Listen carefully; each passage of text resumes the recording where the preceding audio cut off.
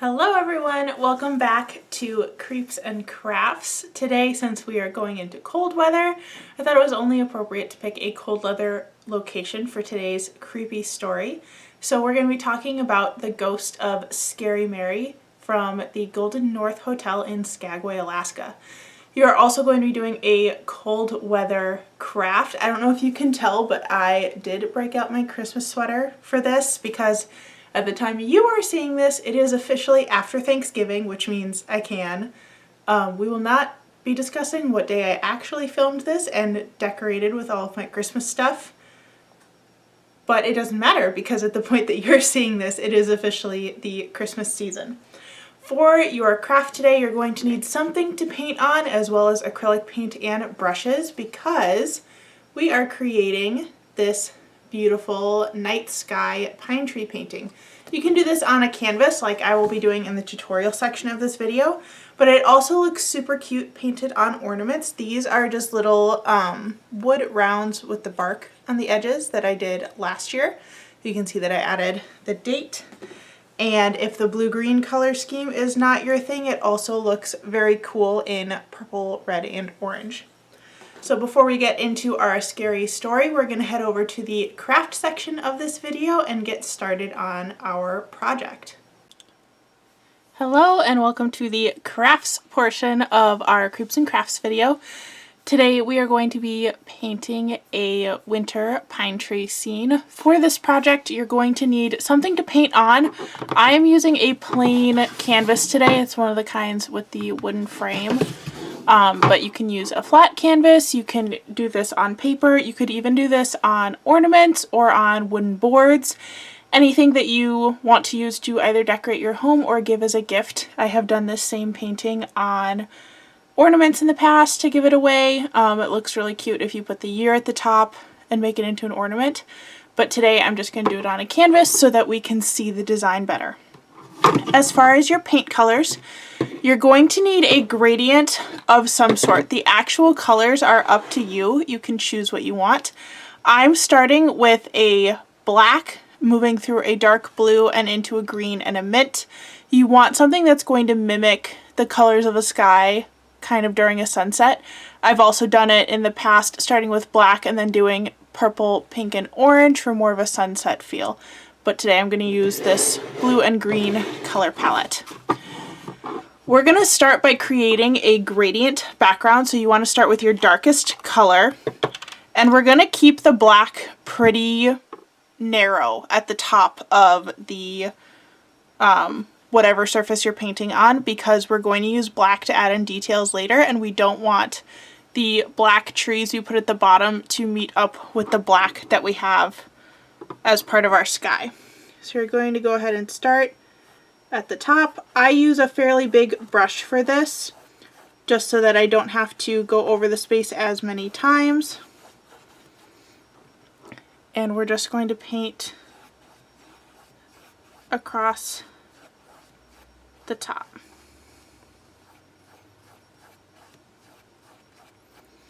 While you're working on your first layer, keeping it about 1 inch to 2 inches from the top, let's listen to the next part of our creepy story.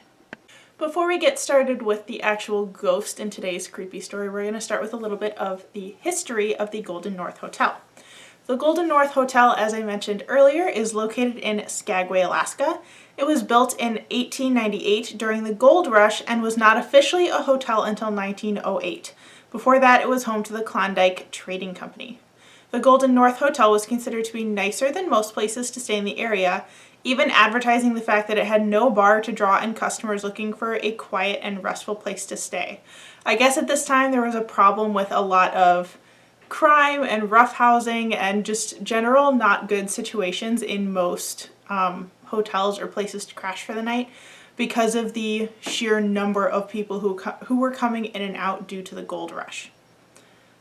The number of residents died down after the end of the gold rush at the Golden North Hotel, but it is now home to businesses instead of guests. So if you go to see the building now, you won't actually be able to stay there, or I believe really even go up into the floors that used to be the hotel rooms, but there are some businesses on the lower floor.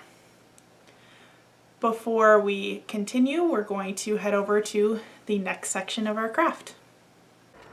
Once you're done with your first layer of the background, it should look something like this. So we're going to go in with our second color. Mine is a kind of royal blue. And you're just going to blend it up into the black a little bit and pull it down a couple more inches.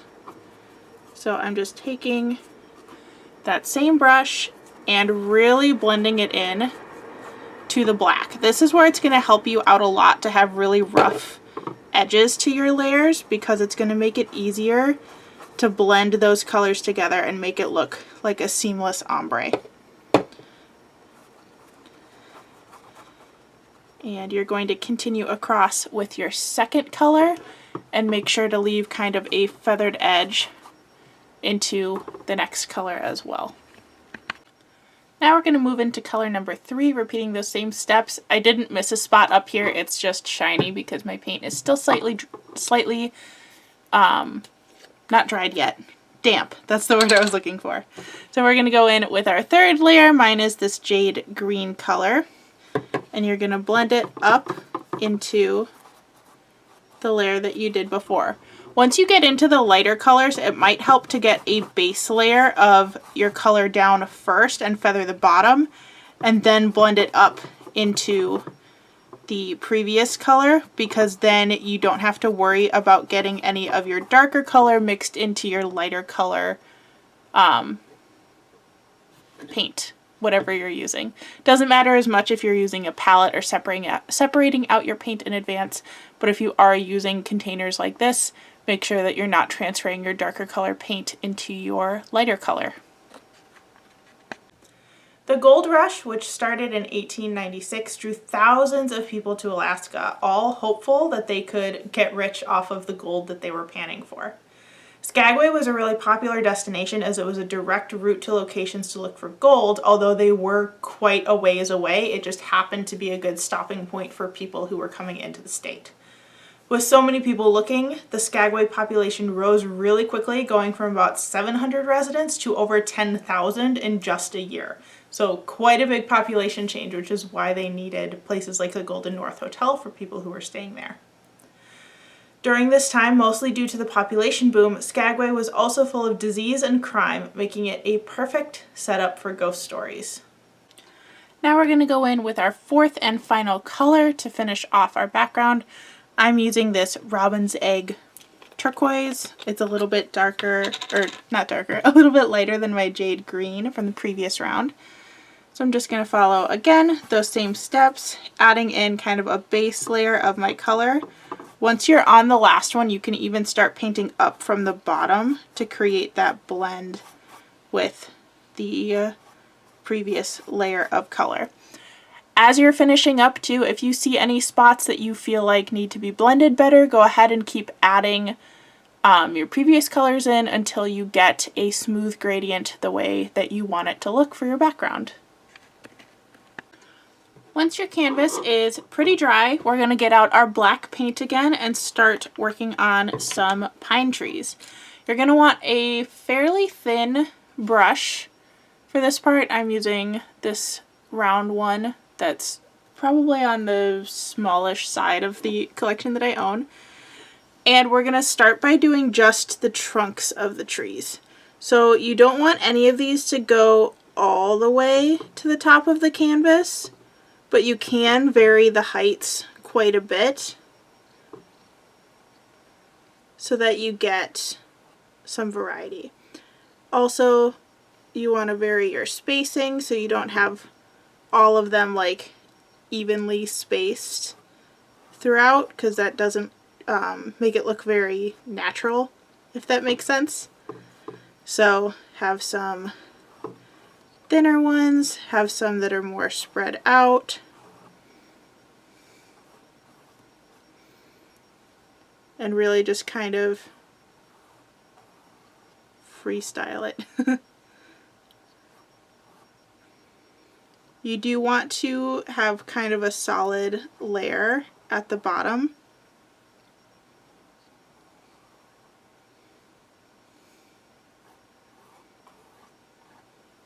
Even if they thin out as you go to the top. Like that. Once you have your trees set up and you're happy with them, you can start painting branches on those trunks. So I'm going to start with this tall one to give you an example. You're going to start at the top and kind of paint a layer of a bunch of small strokes going outwards from the trunk. Then move down a little bit and do the same thing again, really making sure to kind of feather those ends so that it's not a really harsh line on each layer of the tree. You're going to do that all the way down each of your trunks and on each of your tree trunks so that you get a pine tree forest. And once you finish painting this in, you really want to let it dry for a couple minutes because we're going to be adding some white snow on top of it. So if your black paint is not completely dry, that's not going to mesh well with the white paint going over it. So really make sure you let it dry after this step. One such ghost, as we previously talked about, was given the name Scary Mary, and some say that she never left the Golden North Hotel. According to legend, Mary was the fiance of a prospector who, again, according to legend, was called Klondike Ike during the Alaska Gold Rush. They spent several days in the hotel together in room 23, and then Ike left to search for gold over 500 miles away. So he was just one of the many people who came through Skagway in the hopes of moving on to find gold. Mary stayed back in the hotel waiting for her fiancé to come back so they could finally get married. She waited and waited and eventually locked herself in the room and refused any services from the hotel. She was found dead in her wedding dress by the housekeeping staff when they finally broke the door down because they hadn't heard from her in several days and were concerned about her. Some versions of the story say that she died of pneumonia, and others say she simply wasted away waiting and died of starvation. There are a few versions that say she was hiding out from rougher hotel guests, but this doesn't really fit with the other storylines of the Golden North Hotel being on the quieter side. Alright, once your trees are dry, we can start painting the snow. I am using some white paint from one of these little paint kits that I just happen to have, but if you have other white paint, that's fine too. I just had this and knew that I probably wasn't going to use it for anything else. You also want a small-ish brush for this one. I'm using this little guy. If you have one that's like slightly frayed or rough at the edges, that actually is going to be a really good brush to use for this. Once you have selected your brush, you're going to get a little bit of white paint on and pull off the excess so that you're kind of using a dry brushing effect. Then you're going to kind of just dab and do some little streaks of the white to add some snow or highlights, however you want to think of it, to your tree branches. You don't want to do every single one, and you're going to kind of want to do some of this too to like create layers of snow. You're going to do this on all of your trees, and then we're going to finish up our background. Alright, and for our final step, we are going to add some snow coming down from the sky. I'm actually going to turn off the light just so that we don't get the glare. I know that that distorts the colors a little bit, but I want you to be able to see what I'm doing. So I'm going to use the very end of my brush. Actually, if you can find a brush handle that has a really thin point at the end, that's going to be your best bet. So I think I'm actually going to go with this one instead. Dip that in your paint. And don't even press all the way down, but just add some little snowflakes. And the more paint that gets used off of there, the smaller your dots are going to be, which is going to give some dimensional aspects to your snowflakes. So some of them are going to look closer, and some are going to look farther away. Just make sure you're spreading out the ones that are similarly sized so that it doesn't look too even. You're going to cover your whole background in as many snowflakes as you like, and then we'll take a look at the finished product. There are a lot of different variations in the sightings of Mary within the hotel. Most of them report sightings of a pale figure looking through the hotel windows as if she is waiting for Ike to return. Some reports are just cold spots within the hotel, which, considering how old the building is, my inner skeptic wants to say that that's probably just a insulation issue and that there are probably going to be cold spots in the hotel, especially if you're going during colder seasons. And some people have reported Mary hovering over their beds, like waking up to see her hovering over them while they're asleep. And people said that this is Mary looking to see if Ike is sleeping with another woman.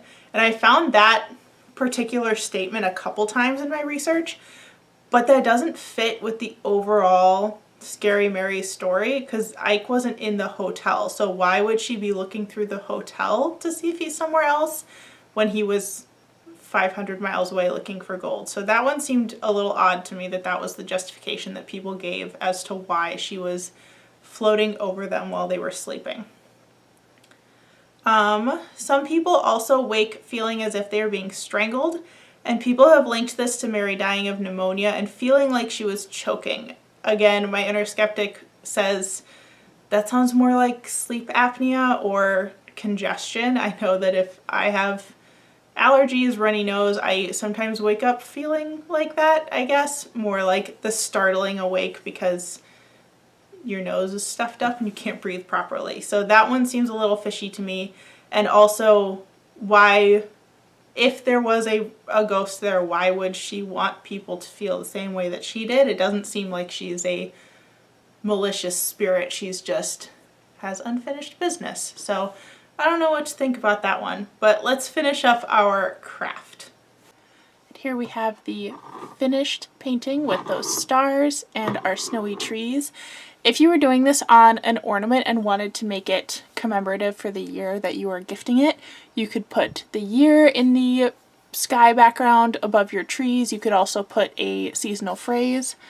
I'm going to turn the lights back on so that we can see what that looks like again. But this is the finished painting. Let's wrap up the other part of our video and hear the end of our story. I'll leave it up to you if you think that this is a real one or not. Even though I was really intrigued by the location and the history of this ghost story, the actual idea of Scary Mary doesn't seem that convincing to me, just because there's so much variation in how people are seeing the apparition. I also noticed in my research that besides room 23, which is the room that Mary and Ike supposedly stayed in, there are also some paranormal things happening in room 14. But when I looked for those paranormal happenings, all I could find was reports of cold spots and orbs, which I don't really think orbs are a real thing. I think that that's usually just dust in the camera. I don't know. But I found it kind of odd that there was one like very specific ghost story that went with the hotel and one that was like, yeah, something happened in room 14, but we don't know what. So unfortunately, you can't stay in any of the hotel rooms anymore. So I don't know if we'll actually see any more evidence from this story unless it is featured on a TV show or something like that. I couldn't find anything in the articles I researched saying that it was. So I'll leave this one up to you. Do you think that Scary Mary is real? Do you think that there is something haunting the Golden North Hotel? You'll have to let me know below. I do think that this story has some similarities to stories like the Grey Lady ghosts in Europe or banshees, kind of the ghosts that are either waiting for husbands or children to come home. So maybe there's some truth in that. We'll have to see. I hope you enjoyed making our painting today and that you have a lovely piece to display somewhere for the holidays or just for winter, because it's a great just winter scene by itself as well. If you liked what you saw today, make sure you subscribe to my channel and check the description box below, not only for the sources that I used for research for this video, but also where to find me on Instagram and TikTok and on Etsy. Thank you so much for watching, and I'll see you in the next one. Bye, everybody.